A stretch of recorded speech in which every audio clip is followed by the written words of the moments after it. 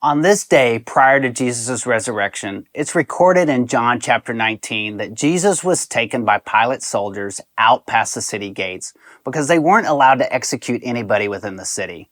They whipped him, they put him on a cross that he was to be hung, and when they saw that he couldn't carry the cross on his own, they forced a Jew from Cyrene, whose name was Simon, to take up the cross and carry it all the way to Golgotha. Pilate had prepared a notice along with this that said, Jesus of Nazareth, the King of the Jews, and had it affixed to the cross. When the Jews found out about this inscription, they were really mad. They got upset.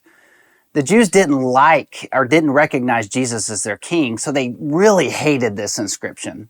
However, when they complained to Pilate, Pilate's response was, you know what? What I've written, I've written. Now, it's often an overlooked fact in this John's gospel that this sign was written in 3 different languages. It was written in Aramaic, it was written in Greek, and it was written in Latin.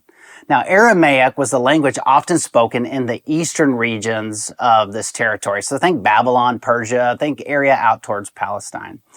The Greek language was out west, think Egypt and the regions around the Mediterranean Sea. And the Latin was the official language spoken by the Roman Empire.